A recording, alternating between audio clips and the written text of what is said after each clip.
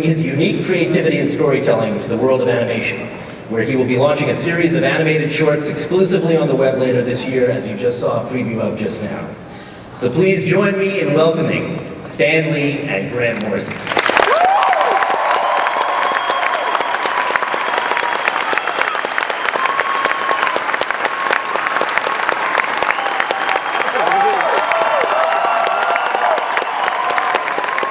And Stan, particularly, why are you excited to come back to the world of comic books?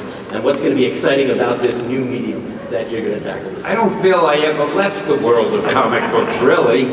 But the idea of coming to Version and working with new artists on new projects, things that haven't been done before, it's like the early days of Marvel, just dreaming up something brand new and hope that a tough audience like you will give it a chance. It's exciting, and I can't wait to get started. Of course, to have to compete with somebody like this, maybe I wouldn't have been so eager if I had known. Now, Grant, you're reimagining a 10,000-year-old Indian myth, and in the most modern kind of technology possible, short-form motion capture animation. So maybe you can tell the audience a little bit about why that excites you and what that story is really about. It seemed a really great modern way to adapt a really ancient story, to recreate it for a new audience, and also to update things, to make it look a bit different, to tie it into kind of feelings that we're all having in the world today, and to tie it into things that are happening in the world today. So it's been a great opportunity for me, and I'm really looking forward to seeing more of it, because it looked bloody great on that thing. Oh, that was good.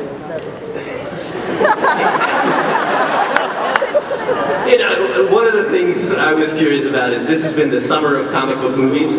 We've probably never seen as much of a wave, whether it be the Hellboys and Wanteds and the Iron Mans and Hulks, and obviously recently Batman. Why do we think, or why do you guys think that all of a sudden film has really caught on to the medium of comic books? And more importantly, as two masters of the medium, what is the real, is it fair to say comic books are a storyboard, or what are the real differences that we look at as creators between comic books and films? I like the way he asks a question and answers it. Yeah, comic books are storyboards for movies. Yeah, see, there's nothing left for you to say now.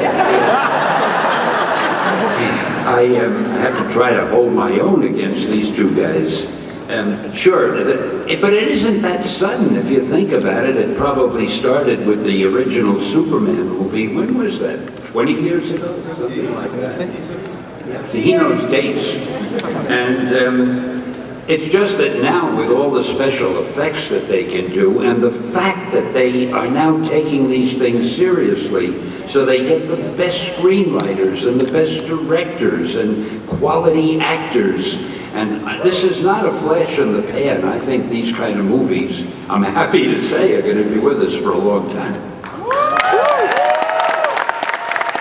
RealYoungCritics.com. RealYoungCritics.com. RealYoungCritics.com. Got it down.